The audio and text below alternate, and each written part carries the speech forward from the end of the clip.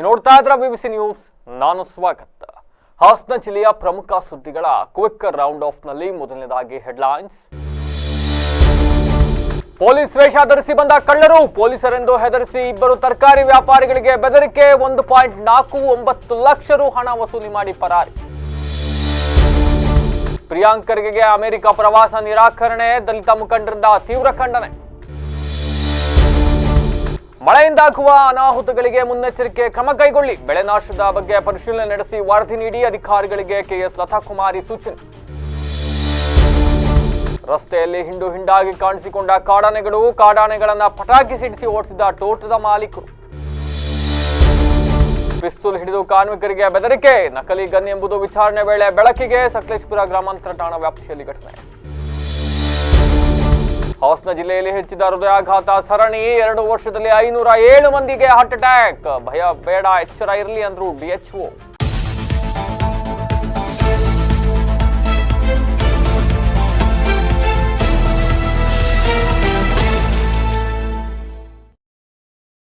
ವಾರ್ತೆಗಳ ವಿವರ. ತರಕಾರಿ ವ್ಯಾಪಾರಿಗಳಿಗೆ ನಾವು ಪೊಲೀಸರು ಅಂತ ಹೆದರಿಸಿ 1,49,000 ರೂಪಾಯಿ ಹಣವನ್ನ ಸುಲಿಗೆ ಮಾಡಿಕೊಂಡು ಪರಾರಿಯಾಗಿರ್ತಕ್ಕಂಥ ಘಟನೆ ಚಂದ್ರಾಪಟ್ಟಣ ವ್ಯಾಪ್ತಿಯಲ್ಲಿ ನಡೆದಿದೆ. ಇನ್ನು ಕೊಡಗು ಜಿಲ್ಲೆಯ ಚಿಕ್ಕಾಲುವಾರ ಗ್ರಾಮದ ಸುನಿಲ್ ಎಂಬುವರು ವ್ಯವಸಾಯದ ಜೊತೆಗೆ ಅದೇ ಗ್ರಾಮದ ಕೃತ್ವಿಕ್ ಎನ್ನುವರ ಜೊತೆ ತರಕಾರಿ ವ್ಯಾಪಾರ ಮಾಡ್ಕೊಂಡಿರ್ತಾರೆ. ಜೂನ್ 21ನೇ ತಾರೀಕು ಸಂಜೆ ಕರೆ ಮಾಡಿ ವ್ಯಕ್ತಿಯೊಬ್ರು ಸುವರ್ಣಗೆಡ್ಡೆ ಮಾರಾಟ ಮಾಡ್ಕೊಡ್ಬೇಕು, ಹಂಗಾಗಿ ಒಳನರಸೀಪುರಕ್ಕೆ ಬಂದು ವ್ಯಾಪಾರ ಮಾಡ್ಕೊಡಿ ಅಂತ ಕೃತ್ವಿಕ್ಗೆ ಫೋನ್ ಮಾಡಿ ಕೇಳ್ಕೊಳ್ತಾರೆ. ಅಂತೆಯೇ ಅವತ್ತು ಬೆಳಿಗ್ಗೆ ಕಾರಲ್ಲಿ ಹೊಳೆನರಸೀಪುರ ಬಸ್ ನಿಲ್ದಾಣಕ್ಕೆ ಸುನಿಲ್ ಮತ್ತೆ ಕೃತ್ವಿಕ್ ಇಬ್ರು ಕೂಡ ಹೋಗ್ತಾರೆ. ಹೋಗಿ ಆ ನಂಬರ್ಗೆ ಕರೆ ಮಾಡಿದಾಗ ನಾವು ಬರಕ್ಕಾಗಿಲ್ಲ, ನಮ್ಮ ಹುಡುಗ ಒಬ್ಬ ನಾಗ ಅಂತ ಅವನು ಬರ್ತಾನೆ, ಅವನ್ನ ಕರ್ಕೊಂಡ್ ಬನ್ನಿ ಅಂತ ಹೇಳ್ತಾರೆ. ಅವರು ಹೊಳೆನರಸೀಪುರದ ರೈಲ್ವೆ ಬ್ರಿಡ್ಜ್ ಏನಿದೆ ಅಲ್ಲಿ ಹೋಗಿ ಅವನನ್ನ ಕಾರ್ನಲ್ಲಿ ಕೂರಿಸ್ಕೊಂಡು ಹೋಗ್ತಾರೆ. ಆತ ಚಂದ್ರಪಟ್ಟಣದ ಮಾರ್ಗವಾಗಿ ಸುಮಾರು 1 ಕಿಲೋಮೀಟರ್ ಕರ್ಕೊಂಡು ಹೋಗಿ ರಸ್ತೆ ಪಕ್ಕದ ಖಾಲಿ ಜಮೀನು ಬಳಿ ಕಾರ್ ನಿಲ್ಲಿಸ್ತಾನೆ. ಅವ್ನು ಕಾರ್ ನಿಲ್ಲಿಸ್ತಿದ್ದಂಗೆ ಹಿಂದ್ಗಡೆಯಿಂದ ಇನ್ನೊಂದು ಇನೋವಾ ಕಾರಲ್ಲಿ ಬರ್ತಾರೆ. ಇಬ್ರು ಇನೋವಾ ಕಾರಲ್ಲಿ ಬಂದು ನೀರ್ ಕುಡಿಯೋಕ್ಕೆ ನೀರ್ ಕೇಳ್ತಾರೆ. ಇನ್ನೇನ್ ನೀರ್ ಇಲ್ಲ ಅಂತ ಹೇಳೋ ಅಷ್ಟರಲ್ಲಿ ಪೊಲೀಸ್ ವೇಷ ಧರಿಸಿದ ಒಬ್ರು ಬಂದು ನಾಗನ ಬ್ಯಾಗಿನಲ್ಲಿದ್ದಂತಹ ಒಂದು ವೈಟ್ ಕಲರ್ ಪೌಡರ್ನ ತೆಗೆದು ನೋಡ್ತಾರೆ. ನೀವೆಲ್ಲರೂ ಡ್ರಗ್ಸ್ ಸಪ್ಲೈ ಮಾಡ್ತಾ ಇದ್ದೀರಾ 3 ಜನ ಸೇರ್ಕೊಂಡು ಅಂತ ಹೇಳಿ ಹೆದರಿಸ್ತಾರೆ. ಹೆದರಿಸಿ ಕ್ಷಣಾರ್ಧದಲ್ಲೇ ಅವರೆಲ್ಲರನ್ನು ಕೂಡ ಕರ್ಕೊಂಡು 3 ಜನನ್ನು ಇನೋವಾ ಕಾರಿಗೆ ಹತ್ತಿಸ್ಕೊಳ್ತಾರೆ. ಪೊಲೀಸ್ ಡ್ರೆಸ್ ನಲ್ಲಿ ಇರ್ತಾರೆ. ಇನೋವಾ ಕಾರಿಗೆ ಹತ್ತಿಸ್ಕೊಂಡು ಹಿರಸೇವೆ ಮಾರ್ಗವಾಗಿ ಮುಂದಕ್ಕೆ ಕರ್ಕೊಂಡು ಹೋಗ್ತಾರೆ. ಕರ್ಕೊಂಡು ಹೋಗಿ ಅವ್ರ ಕೈಲಿದ್ದ ಮೊಬೈಲು, ಕಾರ್ ಕೀ ಎಲ್ಲಾನು ಕಿತ್ಕೊಳ್ತಾರೆ, ಹೆದರಿಸ್ತಾರೆ. ನೀವ್ ಈ ಕೂಡಲೇ 3 ಸೇರಿ ನೀವೆಲ್ಲ ಡ್ರಗ್ಸ್ ವ್ಯಾಪಾರ ಮಾಡ್ತಾ ಇದ್ದೀರಾ ಅಂತ ಹೇಳಿ ಅವ್ರು ನಿಮ್ಮನ್ನ ಅರೆಸ್ಟ್ ಮಾಡ್ಬಿಡ್ತೀನಿ, ನಿಮ್ಮ ಮೇಲೆ ಕೇಸ್ ಹಾಕ್ತೀನಿ, ಅದು ಇದು ಮತ್ತೊಂದು ಇನ್ನೊಂದು ಅಂತ ಹೇಳಿ 4 ಲಕ್ಷ ರೂಪಾಯಿ ಕೊಡಿ, ಬಿಟ್ಟು ಕಳಿಸ್ತೀನಿ ಅಂತ ಹೇಳ್ತಾರೆ. 4 ಲಕ್ಷ ರೂಪಾಯಿ ಕೊಡಕ್ಕಾಗೋದಿಲ್ಲ ಅಂದಾಗ ಎಷ್ಟು ಸಾಧ್ಯವೋ ಅಷ್ಟನ್ನ ಪಟಪಟ ಅಂತ ಹಾಕಿಸ್ಕೊಂಡು ಈಗಲೇ ಕೊಡಬೇಕು ಅಂತಾರೆ. ಇವರು ಅವ್ರ ಪರಿಚಯದವರು ಇವರು ಎಲ್ಲರಿಗೂ ಫೋನ್ ಮಾಡಿ ಫೋನ್ ಪೇ ಮಾಡಿಸ್ಕೊಂಡು ಹಂಗೆ ಮಾಡಿ ಹಿಂಗೆ ಮಾಡಿ 1,49,000 ರೂಪಾಯಿ ಕೊಟ್ಟ ಮೇಲೆ ಅವ್ರನ್ನ ಬಿಟ್ಟು ಕಳಿಸ್ತಾರೆ. ಅದಾದ್ಮೇಲೆ ಇವ್ರಿಗೆ ಯಾರಿಗೂ ಬಂದು ಹೇಳ್ಕೊಂಡಿದ್ದಾರೆ, ಹಿಂಗೆ ಪೊಲೀಸರು ಹಿಂಗಾದ್ರು ಅಂತ. ಅಂತ ಪೊಲೀಸರೇ ಇಲ್ಲಪ್ಪ ನಮ್ಮೂರಲ್ಲಿ ಅಂತ ಯಾರೋ ಹೇಳಿರ್ತಾರೆ. ಅದಾದ್ಮೇಲೆ ಹೋಗಿ ಪೊಲೀಸ್ ಠಾಣೆಯಲ್ಲಿ ಪ್ರಕರಣ ದಾಖಲಿಸಿದ್ದಾರೆ. ಸದ್ಯ ಹಿರಸೇವೆ ಠಾಣಾ ವ್ಯಾಪ್ತಿಯಲ್ಲಿ ಪ್ರಕರಣ ದಾಖಲಿಸಿಕೊಂಡು ತನಿಖೆ ನಡೆಸ್ತಾ ಇದ್ದಾರಂತೆ.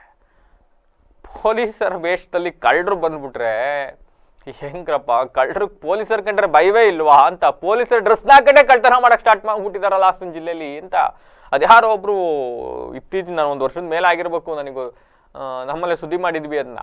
ಯಾರೋ ಒಬ್ರು ಲೇಡಿ ಹಾಸನದಲ್ಲಿ ನಾನು SP ಅಂತ ಹೇಳ್ಕೊಂಡು ಓಡಾಡ್ತಾ ಇಲ್ಲಿ ಯೂನಿಫಾರ್ಮ್ ಹಾಕೊಂಡು, ಇನ್ನೂ ಒಂದು ಹೆಜ್ಜೆ ಮುಂದಕ್ಕೆ ಹೋಗಿ ಯಾವುದೋ ಖಾಸಗಿ ಶಾಲೆಯ ಸ್ಕೂಲ್ ಡೇ ಕಾರ್ಯಕ್ರಮದಲ್ಲಿ ಪ್ರೈಸ್ ಡಿಸ್ಟ್ರಿಬ್ಯೂಷನ್ ಮಾಡಿಸ್ಬಿಟ್ಟಿದ್ರು. ಅಂಥದ್ದೇ ಇನ್ನೊಂದು ಪ್ರಕರಣ ಇದು. ಪೊಲೀಸರ ಡ್ರೆಸ್ ಹಾಕೊಂಬಂದ್ರೆ ಯಾರು ಬೇಕಾದ್ರೂ ಹೆದರ್ತಾರೆ ಅನ್ನೋ ಒಂದು ಭಾವನೆಯಲ್ಲಿ ಈ ಥರ ಮಾಡಿದ್ದಾರೆ. ಸದ್ಯ ಪೊಲೀಸರ ಪ್ರಕರಣ ದಾಖಲಿಸ್ಕೊಂಡಿದ್ದಾರಂತೆ. ಅಲ್ಲೆಲ್ಲ CC ಕ್ಯಾಮ್ರಾ ಫುಟೇಜ್ ಅನ್ನು ತೆಗೆದು ಆದಷ್ಟು ಬೇಗ ಇಂಥವ್ರು ಬಂಧಿಸ್ರಪ್ಪ. ಬೇರೆಯವರು ಕೂಡ ಬಹಳ ಎಚ್ಚರಿಕೆಯಿಂದ ಇರಬೇಕು ಇಂಥ ವಿಚಾರಗಳಲ್ಲಿ. ನೆಕ್ಸ್ಟ್ ಸುದ್ದಿಗೆ ಹೋಗೋಣ. ಗ್ರಾಮೀಣಾಭಿವೃದ್ಧಿ ಪಂಚಾಯತ್ ರಾಜ್ ಸಚಿವ ಪ್ರಿಯಾಂಕ್ ಖರ್ಗೆ ಅವರಿಗೆ ಅಮೆರಿಕ ಪ್ರವಾಸಕ್ಕೆ ಹೋಗಲು ವಿದೇಶಾಂಗ ಸಚಿವಾಲಯ ಅನುಮತಿ ನಿರಾಕರಿಸುವುದನ್ನು ಹಾಸನ ಜಿಲ್ಲೆಯ ದಲಿತ ಮುಖಂಡರು ತೀವ್ರವಾಗಿ ಖಂಡಿಸಿದ್ದಾರೆ. ಸೋಮವಾರ ಸುದ್ದಿಗೋಷ್ಠಿಯಲ್ಲಿ ಮಾತನಾಡಿರ್ತಕ್ಕಂಥ ಅರಕಲಗೂಡಿನ ವಕೀಲ ಹಾಗೂ ಕಾಂಗ್ರೆಸ್ನ ಮುಖಂಡ BC ರಾಜೇಶ್, ಸಚಿವರು ವೈಯಕ್ತಿಕವಾಗಿ ಅಲ್ಲದೆ ಹಲವು ಉದ್ದೇಶ ಇಟ್ಟುಕೊಂಡು, ವೈಯಕ್ತಿಕ ಕಾರಣಕ್ಕಲ್ಲ, ಅವರು ಹಲವಾರು ಉದ್ದೇಶ ಇಟ್ಕೊಂಡು ಒಳ್ಳೆ ಕೆಲಸ ಮಾಡಬೇಕು, ರಾಜ್ಯಕ್ಕೇನು ಕೊಡುಗೆ ಕೊಡಬೇಕು ಅನ್ನೋ ಉದ್ದೇಶ ಇಟ್ಕೊಂಡು ಅಮೆರಿಕ ಪ್ರವಾಸ ಕೊಟ್ಟಿದ್ರು. ಆದರೆ ಇದಕ್ಕೆ ಅಡ್ಡಿಪಡಿಸಿರ್ತಕ್ಕಂಥದ್ದು ದುರುದ್ದೇಶದ ನಡೆ ಅಂತ ಆಕ್ರೋಶವನ್ನು ವ್ಯಕ್ತಪಡಿಸಿದ್ದಾರೆ. ಪ್ರಿಯಾಂಕ್ ಖರ್ಗೆ ಅವರು ರಾಜ್ಯದ ಒಳಿತಿಗಾಗಿ ಅಮೆರಿಕಕ್ಕೆ ತೆರಳುತ್ತಿದ್ದರೆ ಹೊರತು ಮಜಾ ಮಾಡಲು ಅಲ್ಲ, ಬಂಡವಾಳ ಹೂಡಿಕೆ ಉದ್ದೇಶದಿಂದ ಸಚಿವರು ಅಲ್ಲಿಗೆ ತೆರಳ್ತಾ ಇದ್ರು. ಅಲ್ಲಿನ ವಿವಿಧ ವಿವಿಗಳಲ್ಲಿ ಅಭಿವೃದ್ಧಿ ಕುರಿತ ಸೆಮಿನಾರ್ಗಳಲ್ಲಿ ಭಾಗವಹಿಸ್ತಾ ಇದ್ರು. ಆದರೆ ದಲಿತರು ಬೆಳೆಬಾರದು ಎಂಬ ಉದ್ದೇಶ ಇಟ್ಕೊಂಡು ಬಿಜೆಪಿ ದುರುದ್ದೇಶವಾಗಿ ಈ ತರ ಮಾಡಿದೆ ಅಂತ ಕಿಡಿಕಾರಿದ್ರು. ಇನ್ನು ಇದು ರಾಜ್ಯಕ್ಕೆ ಮಾಡಿರ್ತಕ್ಕಂಥ ಅನ್ಯಾಯ. ಮೋದಿ ಒಬ್ಬರೇ ವಿದೇಶ ಪ್ರವಾಸ ಮಾಡಬೇಕಾ? ಹಿಂದುಳಿದ ವರ್ಗದ ಯಾರು ತಮ್ಮ ಪಾಂಡಿತ್ಯವನ್ನು ಪ್ರದರ್ಶಿಸಬಾರ್ದಾ? ತಾವು ಮಾತ್ರ ಶ್ರೇಷ್ಠ ಎಂಬ ಭಾವನೆ ಬಿಜೆಪಿಯವರಿಗಿದೆ ಅಂತ XYZ ಏನೋ ಹೇಳ್ಕೊಂಡಿದ್ದಾರೆ.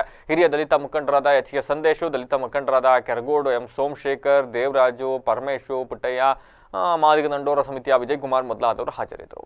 ಬಟ್ ಈ ವಿಚಾರದಲ್ಲಿ ಪ್ರಿಯಾಂಕ್ ಖರ್ಗೆ ಅವರಿಗೆ ಪಾಸ್ಪೋರ್ಟ್ ಅನ್ನು ರದ್ದು ಮಾಡಿರ್ತಕ್ಕಂಥ ವಿಚಾರದಲ್ಲಿ ಆನ್ ಸೀರಿಯಸ್ ನೋಟ್ ಬಹಳ ಗಟ್ಟಿಯಾಗಿ ಧ್ವನಿ ಎತ್ತಬೇಕಾಗಿತ್ತು ಕಾಂಗ್ರೆಸ್ ನಾಯಕರು. ಬಟ್ ಐ ಡೋಂಟ್ ನೋ ಯಾಕೆ ಅದನ್ನ ದೊಡ್ಡ ಗಟ್ಟಿಯಾಗಿ ಧ್ವನಿ ಎತ್ತಲಿಲ್ಲ ಅಂತ. ಇವ್ರು ಹೇಳಿರೋದು ನಾನು ಒಪ್ಕೊಳ್ತೀನಿ. ಪ್ರಿಯಾಂಕ್ ಖರ್ಗೆ ಅವರು ಅಮೆರಿಕಕ್ಕೆ ಯಾವುದೋ ಮೋಜು ಮಸ್ತಿ ಮಾಡಿ ಪ್ರವಾಸ ಮಾಡಕ್ಕೆ ಹೊರಟಿದ್ದವ್ರಲ್ಲ, ಬದಲಾಗಿ ಕರ್ನಾಟಕವನ್ನ ಪ್ರತಿನಿಧಿಸ್ಲಿಕ್ಕೆ ಹೊರಟಿದ್ದವ್ರು ರೀ. ಪ್ರಿಯಾಂಕ್ ಖರ್ಗೆ ಅಮೆರಿಕಕ್ಕೆ ಹೋಗಿ ಅಲ್ಲಿ ಇವರ ಭಾಷಣ ಇಷ್ಟ ಆಗೋ ಅಥವಾ ಇವರ ಆಲೋಚನೆಗಳು ಇಷ್ಟ ಆಗೋ ಅಥವಾ ಇವರ ಅಪ್ರೋಚ್ ಇಷ್ಟ ಆಗಿ ಯಾವುದೋ 4 ಕಂಪ್ನಿಗಳು ನಮ್ಮ ಕರ್ನಾಟಕದ ಮೇಲೆ ಇನ್ವೆಸ್ಟ್ ಮಾಡಕ್ ಬರಬಹುದಾಗಿತ್ತೇನೋ? ಕರ್ನಾಟಕಕ್ಕೆ ಬರ್ಬೋದಾಗಿತ್ತು. ಕರ್ನಾಟಕದಲ್ಲಿ ಒಂದಿಷ್ಟು ಉದ್ಯಮಗಳು ಸ್ಟಾರ್ಟ್ ಆಗಬಹುದಾಗಿತ್ತು. ಎಷ್ಟೊಂದು ನಿರುದ್ಯೋಗಿಗಳಿಗೆ ಉದ್ಯೋಗ ದೊರಕಬಹುದಾಗಿತ್ತು. ಇದರಿಂದ ಯಾವ ಕಾರಣಕ್ಕೆ ನೀವು ಅವರಿಗೆ ಅನುಮತಿ ಕೊಡಲಿಲ್ಲ ವಿದೇಶಾಂಗ ಇಲಾಖೆ ಅನ್ನೋದಕ್ಕೆ ಅವರೇ ಉತ್ತರ ಕೊಡಬೇಕು. ಎಸ್, ಯಾರ ಆಡಳಿತದಲ್ಲಿದೆ? ಬಿಜೆಪಿ ಅವರ ಆಡಳಿತದಲ್ಲೇ ಇರ್ತಕ್ಕಂಥದ್ದು, ಅವರ ಕಪಿಮುಷ್ಟಿಯಲ್ಲೇ ಇರ್ತಕ್ಕಂಥದ್ದು ವಿದೇಶಾಂಗ ಸಚಿವಾಲಯ ಇಲಾಖೆ ಏನಾಗಿದೆ ಅದು. ಹೀಗಾಗಿ ಇದಕ್ಕೆ ಅವರೇ ಆನ್ಸರಬಲ್. ಬಟ್ ಈ ಘಟನೆ ನೀವು ರಾಜಕೀಯ ಎಲ್ಲರೂ ಮಾಡ್ಕೊಳ್ಳಿ, ರಾಜಕೀಯಗಳನ್ನ ಚುನಾವಣೆ ಸಂದರ್ಭದಲ್ಲಿ ಪ್ರಚಾರ ಮಾಡೋ ಕಡೆ ಮಾಡ್ಕೊಳ್ಳಿ, ಅಥವಾ ರಾಜಕೀಯವನ್ನ ಅವ್ರು ಮಾಡಿರ್ತಕ್ಕಂಥ ತಪ್ಪುಗಳನ್ನ ಬೊಟ್ಟು ಮಾಡಿ ತೋರಿಸಿ ಅದರ ವಿರುದ್ಧ ಪ್ರತಿಭಟನೆ ಮಾಡಿ. ಅದನ್ನು ಹೊರತುಪಡಿಸಿ ಕರ್ನಾಟಕ ರಾಜ್ಯದ ಒಬ್ಬ ಸಚಿವ ಹೋಗಿ ಅಲ್ಲಿ ಕರ್ನಾಟಕದ ಪರವಾಗಿ ಪ್ರತಿನಿಧಿಸೋದನ್ನ ನೀವು ಅಡ್ಡಿ ಮಾಡ್ತೀರಿ ಅನ್ನೋದಾದ್ರೆ ಇದು ದುರುದ್ದೇಶ ಪೂರ್ವಕ ರಾಜಕಾರಣ ಅಂತ ಆರೋಪ ಮಾಡ್ತಾ ಇದ್ದಾರೆ.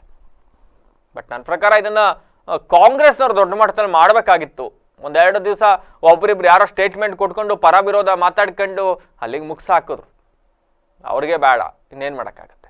ಪಂಚಾಯತ್ ರಾಜ್ ಮತ್ತು ಗ್ರಾಮೀಣಾಭಿವೃದ್ಧಿ ಮತ್ತು ಮಾಹಿತಿ ಮತ್ತು ತಂತ್ರಜ್ಞಾನದ ಮಂತ್ರಿಗಳಾಗಿರ್ತಕ್ಕಂಥವರು ಇಲಾಖೆಯ ಕಾರ್ಯಕ್ರಮದ ನಿಮಿತ್ತ ತನ್ನ ಸಹೋದ್ಯೋಗಿಗಳ ಜೊತೆಯಲ್ಲಿ, ಅದರ ಜೊತೆಯಲ್ಲಿ ಕ್ಯೂನಿಕ್ಸ್ ಅಧ್ಯಕ್ಷರಾಗಿರ್ತಕ್ಕಂಥ ಶರತ್ ಬಚ್ಚೇಗೌಡರು ಸಹ ಇರ್ತಾರೆ.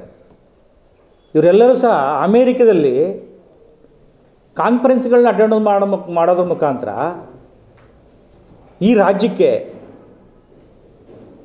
ಬಂಡವಾಳವನ್ನು ಆಕರ್ಷಣೆ ಮಾಡತಕ್ಕಂಥ ಉದ್ದೇಶದಿಂದ, ಈ ರಾಜ್ಯದಲ್ಲಿ ಉದ್ಯೋಗವನ್ನು ಸೃಷ್ಟಿ ಮಾಡ್ತಕ್ಕಂಥ ಉದ್ದೇಶದಿಂದ ಅಮೇರಿಕಕ್ಕೆ ಪ್ರವಾಸವನ್ನು ಕೈಗೊಳ್ತಾರೆ ಇಲಾಖೆ ವತಿಯಿಂದ. ಅಲ್ಲಿನ ಮೋಜು ಮಸ್ತಿ ಮಾಡಿ ಕೊಡೋರಲ್ಲ ಇವರು.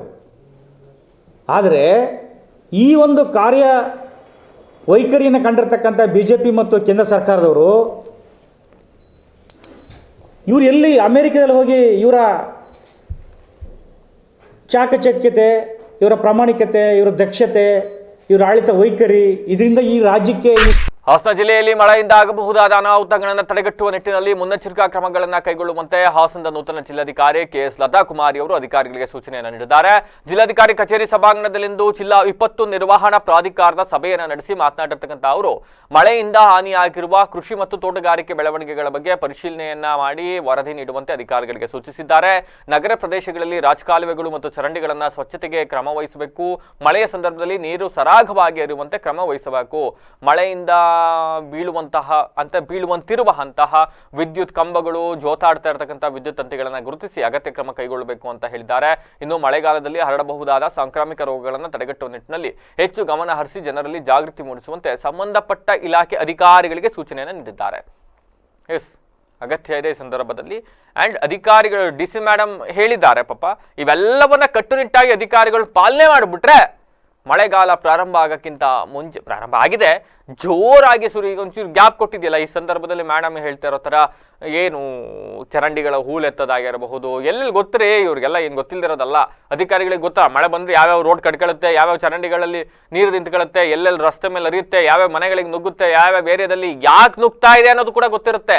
ಅವೆಲ್ಲವನ್ನು ಹಂತವಾಗಿ ಸರಿ ಮಾಡ್ಕೊಂಡ್ ಬಂದ್ಬಿಟ್ರೆ ಮಳೆ ಜೋರಾಗೋಷ್ಟರಲ್ಲಿ ಈ ಸಮಸ್ಯೆ ಇರೋದಿಲ್ಲ, ಅವತ್ತು ಒದ್ದಾಡೋದಿರೋದಿಲ್ಲ. ಬಟ್ ಅದು ಮಾಡೋದಿಲ್ಲ. ಇವ್ರಿಗೆ ಮಳೆ ನೀರು ತುಂಬಬೇಕು, ಚರಂಡಿಲಿ ಹರಿಬೇಕು, ರಸ್ತೆಯಲ್ಲಿ. ಆಗ ಇವರು ಹೋಗಿ ಅದನ್ನು ಸಾಲ್ವ್ ಮಾಡಬೇಕು. ಇದೇ ಆಗೋಯ್ತು. ಇನ್ನು ಲೈಟ್ ಕಂಬ ಬೀಳುವಂಥ ಸ್ಥಿತಿಯಲ್ಲಿ ಇರ್ತಕ್ಕಂಥದ್ದು ಇವೆಲ್ಲ ಸರಿ ಮಾಡಿ ಅಂತ ಹೇಳಿದ್ದಾರೆ. ದಟ್ ಹಾಸನ್ ಅಂತ ಅಲ್ಲ, ಜಿಲ್ಲೆಯ ವ್ಯಾಪ್ತಿಯಲ್ಲಿ ಬಂದಾಗ ಈ ಮಲೆನಾಡು ಭಾಗಗಳಲ್ಲಿ ಸಾಕಷ್ಟು ಗಾಳಿ ಮಳೆ ಇರೋ ಸಂದರ್ಭದಲ್ಲಿ ಇಂಥ ಅವಘಡಗಳು ಜಾಸ್ತಿ ಸಂಭವಿಸುತ್ತೆ, ಅಲ್ಲಿ ಎಚ್ಚರಿಕೆಯನ್ನು ವಹಿಸಿ ಅಂತ ಹೇಳ್ತಾರೆ. ಮೊನ್ನೆ ಅಷ್ಟೇ ವಿದ್ಯುತ್ ತಂತಿ ತುಂಡಾಗಿ ಬಿದ್ದು ಇಬ್ರು ರೈತರು ಪಾಪ ಯಾವ ತಪ್ಪು ಮಾಡಿದ್ರು ಅವರು ಪಾಪ, ಅನ್ಯಾಯ ಸಾವಲ್ವೇ, ಇಬ್ರು ಸಾವನ್ನಪ್ಪಿದ್ರು. ಇಂತಹ ಪ್ರಕರಣಗಳಾಗಿರಬಹುದು. ಇನ್ನು ಮಳೆಗಾಲದಲ್ಲಿ ಹರಡಬಹುದಾದ ಕಾಯಿಲೆ ಬಗ್ಗೆ ಎಚ್ಚರಿಕೆ ವಹಿಸಿ ಅಂತ ಆರೋಗ್ಯ ಕುಟುಂಬ ಇಲಾಖೆ ಅವ್ರಿಗೂ ಕೂಡ ಸೂಚನೆಯನ್ನು ನೀಡಿದ್ದಾರೆ. ಮಲೇರಿಯಾ, ಡೆಂಗ್ಯೂ, ಮತ್ತೊಂದು ಇನ್ನೊಂದು ಪ್ಲೇ ಕಾರ್ಡ್ ಇಟ್ಕೊಂಡು ಬೋರ್ಡ್ ಇಟ್ಕೊಂಡು ನೀವು ಮತ್ತೊಂದು ಇನ್ನೊಂದು ಮಾಡಿದ್ರೆ ಆಗಲ್ಲ. ಬದಲಾಗಿ ಎಲ್ಲೆಲ್ಲಿ ನೀರುಗಳು ನಿಲ್ತಾ ಇದ್ದಾವೆ, ಎಲ್ಲೆಲ್ಲಿ ಚರಂಡಿ ನೀರುಗಳು ನಿಂತ್ಕೊಂಡು ಅಲ್ಲಿ ಸೊಳ್ಳೆಗಳು ಉತ್ಪತ್ತಿ ಸ್ಥಾನವಾಗಿ ಆಗ್ತಾ ಇದೆ, ಅಂಥವುಗಳು ಕ್ಲಿಯರ್ ಮಾಡಕ್ಕೆ ಓಡಾಡಬೇಕು. ಅಂಥ ಕ್ಲಿಯರ್ ಮಾಡೋ ನಿಟ್ಟಿನಲ್ಲಿ ಕಾರ್ಯಪ್ರವೃತ್ತರಾಗಬೇಕು. ಮೇಡಮ್ ಸೂಚನೆ ಮೇಲೆಗೆ ಅಧಿಕಾರಿಗಳು ಅದನ್ನು ಮಾಡ್ತಾರ ಅನ್ನೋದನ್ನು ಮುಂದಿನ ದಿವಸದಲ್ಲಿ ನೋಡೋಣ. ತಾಲೂಕಿನ ಕಿರಿಹಳ್ಳಿ ಗ್ರಾಮದ ಬಳಿ ರಸ್ತೆಯಲ್ಲಿ ಹಿಂಡಾಗಿ ಕಾಣಿಸಿಕೊಂಡಿರುವ ಕಾಡಾನೆಗಳು ಕೆಲ ಕಾಲ ನಿಂತು ನಂತರ ಕಾಫಿ ತೋಟದೊಳಗೆ ಸೇರ್ಕೊಂಡಿದ್ದಾವಂತೆ. 20ಕ್ಕೂ ಹೆಚ್ಚು ಕಾಡಾನೆಗಳಿರುವ ಈ ಗುಂಪಿನಲ್ಲಿ ಮರಿಗಳೇ ಹೆಚ್ಚಿನ ಸಂಖ್ಯೆಯಲ್ಲಿದ್ದು ಬೆಳೆನಾಶ ಮತ್ತು ಜೀವ ಭೀತಿಯಿಂದ ತೋಟದ ಮಾಲೀಕರು ಪಟಾಕಿ ಸಿಡಿಸಿ ಅವುಗಳನ್ನು ಓಡಿಸುವ ಪ್ರಯತ್ನವನ್ನು ಪಟ್ಟಿದ್ದಾರೆ. ಗಾಬರಿಯಿಂದ ಕಾಡಾನೆಗಳು ಒಂದು ತೋಟದಿಂದ ಇನ್ನೊಂದು ತೋಟಕ್ಕೆ, ಇನ್ನೊಂದು ತೋಟದಿಂದ ಮತ್ತೊಂದು ತೋಟಕ್ಕೆ ಓಡಾಡ್ತಾ ಇರತಕ್ಕಂಥ ದೃಶ್ಯಗಳು ಸ್ಥಳೀಯರ ಮೊಬೈಲ್ ಕ್ಯಾಮೆರಾದಲ್ಲಿ ಸೆರೆ ಹಾಕಿವೆ. ಕಾಡಾನೆಗಳ ಉಪಳದಿಂದ ಬೆಳೆಗಾರರಲ್ಲಿ ಆತಂಕ ಮನೆ ಮಾಡಿದೆ. ಸಕಲೇಶ್ಪುರದಲ್ಲಿ ಸದ್ಯ ಆನೆಗಳ ಹಿಂಡು ರಸ್ತೆಯಲ್ಲಿ ಕಾಣಿಸ್ಕೊಂಡಿದೆ ಅಂದ್ರೆ ಇದೇನು ಜನಕ್ಕೇನು ಹೊಸದಲ್ಲ. ಸಕಲೇಶ್ಪುರದ ಆನೆಗಳ ಕಾಮನ್ ಅಲ್ವಾ, ಬೇರೆಯವರಿಗೆ ಇದು ಕಾಮನ್. ಸುದ್ದಿ ನೋಡ್ತಾ ಇರೋರಿಗೆ ಕಾಮನ್, ಫೇಸ್ಬುಕ್ ಇನ್ಸ್ಟಾಗ್ರಾಮಲ್ಲಿ ಸ್ಕ್ರಾಲ್ ಮಾಡೋರಿಗೆ ಕಾಮನ್. ಬಟ್ ಆ ನರಕ ಯಾತನೆಯನ್ನು ಅನುಭವಿಸ್ತಾ ಇದ್ದಾರಲ್ಲ ರೈತರು, ತೋಟಕ್ಕೆ ಬೆಳೆ ಹಾಕೊಂಡು ಹಗ್ಲು ರಾತ್ರಿ ಕಣ್ಣಿಗೆ ಎಣ್ಣೆ ಬಿಟ್ಕೊಂಡು ಕಾಯ್ತಾ ಕೂತಿದಾರಲ್ಲ ರೈತರು, ಯಾವ ಕ್ಷಣಗಳಲ್ಲಿ ಆನೆಗಳ ಹಿಂಡು ಬಂದ್ಬಿಡುತ್ತೋ, ಯಾವ ಕ್ಷಣಗಳಲ್ಲಿ ಬೆಳೆ ಇನ್ನೇನು ಫಸಲು ಕೈಗಿಡಿಬೇಕು ಆ ಸಂದರ್ಭದಲ್ಲಿ ನಾಶ ಮಾಡ್ಬಿಡ್ತಾವೋ ಅಂತ ಯೋಚನೆ ಮಾಡ್ತಾ ಕೂತ್ಕೊಳ್ತಾರಲ್ಲ, ನಿದ್ದೆಗೆಟ್ಟು ಕೂತಿದ್ದಾರಲ್ಲ ರೈತರು, ಅವರಿಗಿದು ಕಾಮನ್ ಅಲ್ಲ. 20 ಆನೆಗಳು ಒಂದು ತೋಟದಿಂದ ಇನ್ನೊಂದು ತೋಟಕ್ಕೆ ಹೋಗಿ ದಾಂಧಲೆ ನಡೆಸಿ ಅಲ್ಲಿ ಬೆಳೆ ನಾಶ ಮಾಡೋ ಅವಶ್ಯಕತೆ ಇಲ್ಲ. ಜಸ್ಟ್ ಒಂದು ತೋಟದಿಂದ ಇನ್ನೊಂದು ತೋಟಕ್ಕೆ ನಡ್ಕೊಂಡು ಹೋದ್ರೆ ಸಾಕ್ರೆ 20 ಆನೆಗಳ ಹಿಂಡು ಸಂಪೂರ್ಣವಾಗಿ ತೋಟದಲ್ಲಿರ್ತಕ್ಕಂಥ ಬೆಳೆಗಳೆಲ್ಲ ತುಣಿದು ನಾಶ ಆಗೋಗ್ತವೆ. ಅರಣ್ಯ ಇಲಾಖೆಯ ಸಿಬ್ಬಂದಿಗಳು ನೀವು ವಾಟ್ಸಪ್ ಮೆಸೇಜ್ ಮಾಡಿ ಮತ್ತೊಂದು ಇನ್ನೊಂದು ಮಾಡಬಹುದೇ ಹೊರತು ಆನೆಗಳ ಹಾವಳಿಯನ್ನ ತಡೆಗಟ್ಟಕ್ಕಾಗೋದಿಲ್ಲ ಅನ್ಲೆಸ್ ಸರ್ಕಾರಗಳು ಸಂಬಂಧಪಟ್ಟ ಜನಪ್ರತಿನಿಧಿಗಳು ಇಚ್ಛಾಶಕ್ತಿ ಇಟ್ಕೊಂಡು ಇದಕ್ಕೊಂದು. ಆಮೇಲೆ ನೀವು ಈ ಕಾಡಾನೆ ಹಾವಳಿಯನ್ನು ನಿಯಂತ್ರಣ ಮಾಡಕ್ ಸಾಧ್ಯನೇ ಇಲ್ಲ ಅಂತ ಹೇಳಕ್ ಹೋಗ್ಬೇಡಿ. ಇಟ್ ಈಸ್ ಪಾಸಿಬಲ್, ಬಟ್ ನಿಮಗೆ ಅದಕ್ಕೆ ಇಚ್ಛಾಶಕ್ತಿ ಬೇಕು. ಅದಿದ್ರೆ ಆಗತ್ತೆ. ಕೈಯಲ್ಲಿ ಪಿಸ್ತೂಲ್ ಹಿಡಿದು ಅಸ್ಸಾಂ ಮೂಲದ ಬಡ ಕೂಲಿ ಕಾರ್ಮಿಕರಿಗೆ ಬೆದರಿಕೆ ಹಾಕಿರುವ ಘಟನೆ ತಡವಾಗಿ ಬೆಳಕಿಗೆ ಬಂದಿದೆ. ಸಕಲೇಶಪುರ ತಾಲೂಕಿನ ವೆಂಕಟಿಹಳ್ಳಿ ಗ್ರಾಮದ ಪ್ರತಾಪ್ ಎಂಬುವವರಿಗೆ ಸೇರಿದ ಕಾಫಿ ತೋಟದಲ್ಲಿ ಈ ಘಟನೆ ನಡೆದಿದೆ. ಅಲ್ಲಿಯ ಮೇಸ್ತ್ರಿಯಾಗಿ ಕೆಲಸ ಮಾಡ್ತಿರ್ತಕ್ಕಂಥ ಅಸ್ಸಾಂ ಮೂಲದ ಫುಲ್ ಬಾಬು ಎಂಬುವವರು 6 ಮಂದಿ ಕೂಲಿ ಕಾರ್ಮಿಕರಿಗೆ ಕೆಲಸದ ಕುರಿತು ಆವಾಜ್ ಹಾಕಿ ಗನ್ ಹಿಡಿದು ಧಮಕಿ ನೀಡಿದ್ದಾರೆ. ಈ ಸಮಯದಲ್ಲೇ ಮ್ಯಾನೇಜರ್ ನಟರಾಜ್ ಸಮ್ಮುಖದಲ್ಲೇ ಫುಲ್ ಬಾಬು ಗನ್ ತೋರಿಸಿದ್ದನ್ನು ಸಿಸಿಟಿವಿ ದೃಶ್ಯಗಳು ದೃಢಪಡಿಸಿದ್ದಾವೆ. ಇನ್ನೂ ಘಟನೆ ಸಂಬಂಧಿಸಿದಂತೆ ದೃಶ್ಯಾವಳಿಗಳು ಸಿಸಿಟಿವಿಯಲ್ಲಿ ಸೆರೆಯಾಗಿದ್ದು, ಇದರ ಆಧಾರದ ಮೇಲೆ ಪೊಲೀಸರು ಫುಲ್ ಬಾಬು ಅವರನ್ನ ಠಾಣೆಗೆ ಕರೆಸಿ ವಿಚಾರಣೆ ನಡೆಸಿದ್ದಾರೆ. ವಿಚಾರಣೆ ವೇಳೆ ಅವರು ಬಳಸಿದ್ದ ಗನ್ ನಕಲಿ, ಫೇಕು ಅಂತ ಗೊತ್ತಾಗಿದೆ. ಪರಿಣಾಮ ಪೊಲೀಸರು ಫುಲ್ ಬಾಬುಗೆ ಎಚ್ಚರಿಕೆ ನೀಡಿ ಬಿಡುಗಡೆ ಮಾಡಿ ಕಳಿಸಿದ್ದಾರೆ. ठीक है मालूम है, मैं पहले ऐसे काम किया है। वो मेरे बात सुनिए, आप कैसे के रूल नहीं मैं बात करता हूँ। बात करिए। 8 तक 4 क्या बात? सभी कितने? मैं मालिक को बोल दिया। 8 तक। ಹಾಸನ ಜಿಲ್ಲೆಯಲ್ಲಿ ಹೃದಯಾಘಾತ ಪ್ರಕರಣಗಳು ಹೆಚ್ಚಾಗ್ತಾ ಇದ್ದು 2 ವರ್ಷಗಳಲ್ಲಿ ಬರೋಬ್ಬರಿ 507 ಜನರಿಗೆ ಹೃದಯಾಘಾತವಾಗಿದೆ. 20 ರಿಂದ 30 ವಯಸ್ಸಿನ 14 ಜನ, 30 ರಿಂದ 40 ವಯಸ್ಸಿನ 40 ಜನ ಹಾಗೂ 40 ವರ್ಷ ಮೇಲ್ಪಟ್ಟ 136 ಜನರಿಗೆ ಹೃದಯಾಘಾತವಾಗಿದೆ ಕಳೆದ 2 ವರ್ಷದಲ್ಲಿ. ಈ ಪೈಕಿ 2 ವರ್ಷಗಳಲ್ಲಿ ಒಟ್ಟು 140 ಜನರು ಹೃದಯಾಘಾತದಿಂದ ಮೃತಪಟ್ಟಿದ್ದಾರೆ ಅನ್ನುವ ಅಂಶವನ್ನ ಇವತ್ತು ಆರೋಗ್ಯ ಇಲಾಖೆ ತಿಳಿಸಿದೆ. ದುಶ್ಚಟ, ಅಸಮತೋಲನದ ಆಹಾರ ಸೇವನೆ, ದುಶ್ಚಟಗಳು 1, ಅಸಮತೋಲನ ಆಹಾರ ಸೇವನೆ ಹಾಗೂ ಜೀವನ ಶೈಲಿಯಿಂದಲೇ ಹೃದಯಾಘಾತ ಸಂಭವಿಸ್ತಾ ಇದೆ ಅಂತ ಹಾಸನದ DHO ಅವರು ಮಾಹಿತಿಯನ್ನು ನೀಡಿದ್ದಾರೆ. ಇನ್ನು ಈ ಸರಣಿ ಹೃದಯಾಘಾತ ಪ್ರಕರಣಗಳ ಬಗ್ಗೆ ಜಿಲ್ಲಾ ಆರೋಗ್ಯ ಮತ್ತು ಕುಟುಂಬ ಕಲ್ಯಾಣ ಇಲಾಖೆ ಅಧಿಕಾರಿ ಡಾಕ್ಟರ್ ಅನಿಲ್ ಪ್ರತಿಕ್ರಿಯಿಸಿದ್ದು, ಯುವ ಜನರಲ್ಲಿ ಹೆಚ್ಚುತ್ತಿರುವ ದುಶ್ಚಟ, ಅಸಮತೋಲನವಾದ ಆಹಾರ ಸೇವನೆ, ಜೀವನ ಶೈಲಿಯಲ್ಲಿ ಆಗ್ತಾ ಇರತಕ್ಕಂಥ ಬದಲಾವಣೆಗಳಿಂದ ಹೆಚ್ಚಿನ ಸಮಸ್ಯೆ ಆಗ್ತಾ ಇದೆ. ಹೃದಯಾಘಾತ ತಡೆಗಟ್ಟುವ ನಿಟ್ಟಿನಲ್ಲಿ ಸಂಸದರು ನೇತೃತ್ವದಲ್ಲಿ ಈಗಾಗಲೇ ಜಿಲ್ಲಾ ಆರೋಗ್ಯ ಅಧಿಕಾರಿಗಳ ಸಭೆಯನ್ನು ನಡೆಸಲಾಗಿದೆ. ಹೃದಯಾಘಾತ ತಡೆಗೆ ಆರೋಗ್ಯ ಇಲಾಖೆಯಿಂದ ಜಾಗೃತಿ ಕಾರ್ಯಕ್ರಮ ಮೂಡಿಸಲು ಸಿದ್ಧತೆ ನಡೆಸಲಾಗ್ತಾ ಇದೆ. ಹೃದಯಾಘಾತಗಳ ಬಗ್ಗೆ ಯಾರೂ ಆತಂಕ ಪಡಬೇಕಾಗಿಲ್ಲ. ಬದಲಾಗಿ ನಿಯಮಿತವಾದ ಆರೋಗ್ಯ ತಪಾಸಣೆ, ಉತ್ತಮ ಆರೋಗ್ಯ ಶೈಲಿ ರೂಪಿಸ್ಕೊಬೇಕು ಅಂತ ಅಂಡ್ ಆರೋಗ್ಯವಾಗಿರಿ ಅಂತ ಹೇಳಿ ಮನವಿ ಮಾಡಿದ್ದಾರೆ. ಈಗ ಮತ್ತೊಮ್ಮೆ ಹೆಡ್ಲೈನ್ಸ್. ಪೊಲೀಸ್ ವೇಷ ಧರಿಸಿ ಬಂದ ಕಳ್ಳರು, ಪೊಲೀಸರೆಂದು ಹೆದರಿಸಿ ಇಬ್ಬರು ತರಕಾರಿ ವ್ಯಾಪಾರಿಗಳಿಗೆ ಬೆದರಿಕೆ, 1.49 ಲಕ್ಷ ರು ಹಣ ವಸೂಲಿ ಮಾಡಿ ಪರಾರಿ. ಪ್ರಿಯಾಂಕ್ ಖರ್ಗೆಗೆ ಅಮೆರಿಕ ಪ್ರವಾಸ ನಿರಾಕರಣೆ, ದಲಿತ ಮುಖಂಡರಿಂದ ತೀವ್ರ ಖಂಡನೆ. ಮಳೆಯಿಂದಾಗುವ ಅನಾಹುತಗಳಿಗೆ ಮುನ್ನೆಚ್ಚರಿಕೆ ಕ್ರಮ ಕೈಗೊಳ್ಳಿ, ಬೆಳೆ ನಾಶದ ಬಗ್ಗೆ ಪರಿಶೀಲನೆ ನಡೆಸಿ ವರದಿ ನೀಡಿ ಅಧಿಕಾರಿಗಳಿಗೆ ಕೆಎಸ್ ಲತಾಕುಮಾರಿ ಸೂಚನೆ. ರಸ್ತೆಯಲ್ಲಿ ಹಿಂಡು ಹಿಂಡಾಗಿ ಕಾಣಿಸಿಕೊಂಡ ಕಾಡಾನೆಗಳು, ಕಾಡಾನೆಗಳನ್ನ ಪಟಾಕಿ ಸಿಡಿಸಿ ಓಡಿಸಿದ ತೋಟದ ಮಾಲೀಕರು. ಪಿಸ್ತೂಲ್ ಹಿಡಿದು ಕಾರ್ಮಿಕರಿಗೆ ಬೆದರಿಕೆ, ನಕಲಿ ಗನ್ ಎಂಬುದು ವಿಚಾರಣೆ ವೇಳೆ ಬೆಳಕಿಗೆ, ಸಕಲೇಶಪುರ ಗ್ರಾಮಾಂತರ ಠಾಣಾ ವ್ಯಾಪ್ತಿಯಲ್ಲಿ ಘಟನೆ. ಹಾಸನ ಜಿಲ್ಲೆಯಲ್ಲಿ ಹೆಚ್ಚಿದ ಹೃದಯಾಘಾತ ಸರಣಿ, 2 ವರ್ಷದಲ್ಲಿ 507 ಮಂದಿಗೆ ಹಾರ್ಟ್ ಅಟ್ಯಾಕ್. ಭಯ ಬೇಡ, ಎಚ್ಚರ ಇರಲಿ ಅಂದ್ರು DHO. ಇದಾಗಿತ್ತು ಇವತ್ತಿನ ವಿಶೇಷ. ನಿರಂತರ ಸುದ್ದಿಗಾಗಿ ನೋಡ್ತಾ ಇರಿ BBC TV. ಸದ್ಯದ ಕಡೆ ನಮ್ಮ ನಡೆ.